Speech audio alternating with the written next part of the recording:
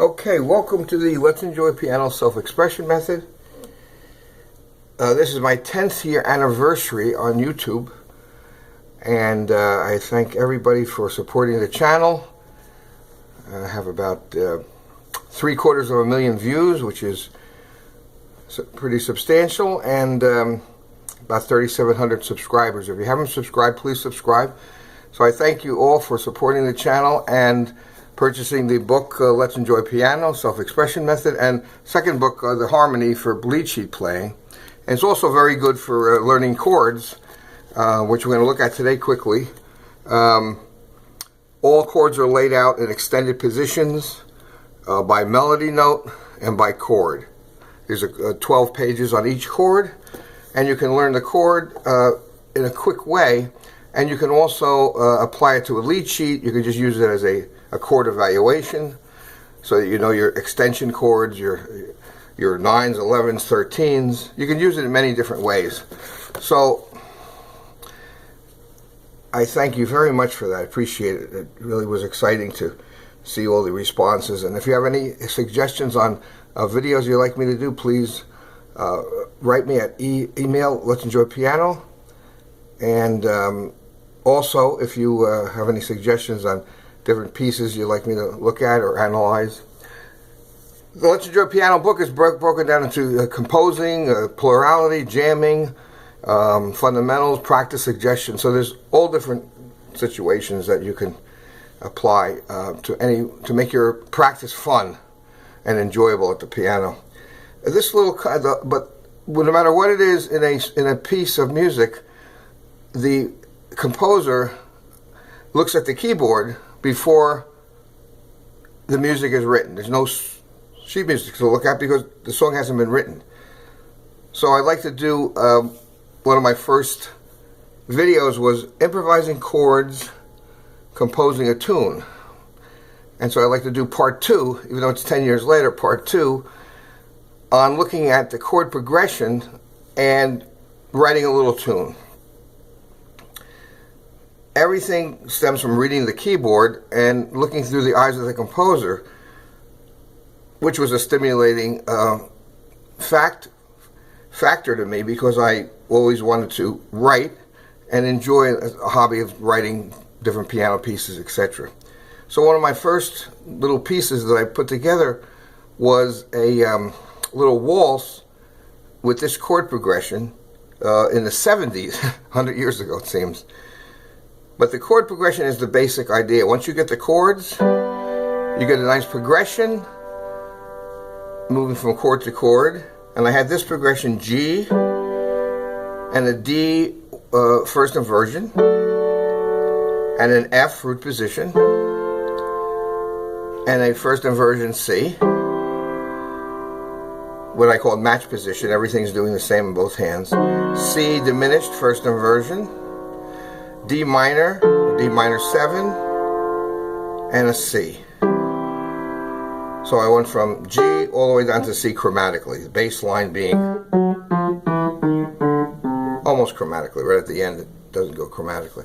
However, that was the first thing that I said, wow, I have a little progression that I can build on. So I did it in a waltz, which is just a little, once you decide on what chord you're going to start on and what progression you're going to use, get a nice flow, and then what kind of meter.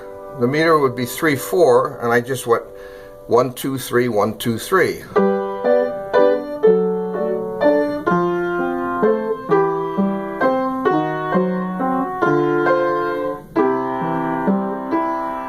So that was an interesting little piece as a start.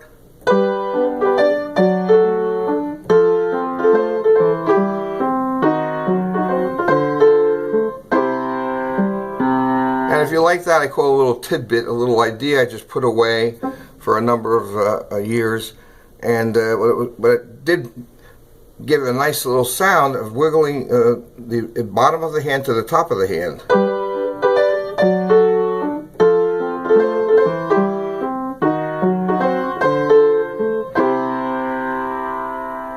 So then I said, say I just accent the bottom of my hand, and I just go down this way.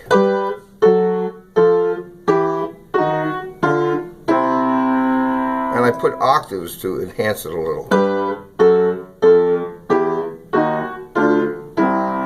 So instead of, I just went.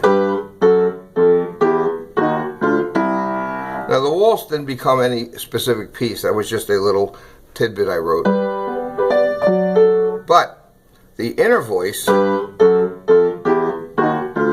became Carnival Dance. It's on page 101. If you have the book, you can look at Carnival Dance. The bottom of 101 has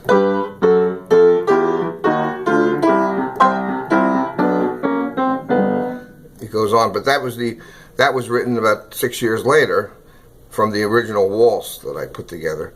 I called it waltz number 0 because it was the first thing I ever wrote, and number 0 because who knows if it was going to remain at 0, but it was embellished to Carnival Dance, and I was leaning inside, and when you play anything, you can lean inside harmony, lean your hand to the left, or if you lean it to the right,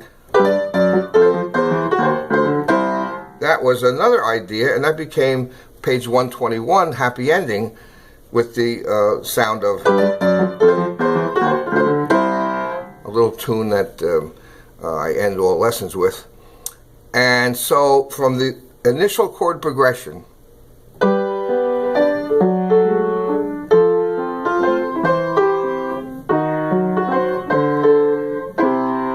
came Carnival Dance, and became Happy Ending. So once you have the chord in your hand, you can manipulate and play through the chord and pull out the melody notes in different ways and get different sounds doing the same progression but in different meters, different accents, different syncopations, etc. So that's taking a chord progression, improvising on chords, composing a tune. And so I hope that gives you some insight into put your hands on the piano and write your own little tune. And that's how all the songs that we hear start. Thank God we have composers and songwriters, because we'd be playing the same song over and over again from 100 years ago, but we have new writers every day. So, but that's when it starts, and there's a whole chapter on composing, going through the step-by-step procedure on selecting chords, progressions, meters, melodies, etc. But just experiment, have some fun, and then enhance your chord knowledge with the harmony reference guide, which I'm going to do a little video on that in a few minutes. Okay, so thank you again for supporting the channel. Write to me any questions. If you want any online lessons, I also do that. So whatever helps you out, that's the main thing. Have some fun at the piano. That's why I titled it Let's Enjoy Piano. Very good, thank you very much. And at the end of every lesson, I'll do this. And then the typical, but the happy ending goes off in another little tangent, like this. And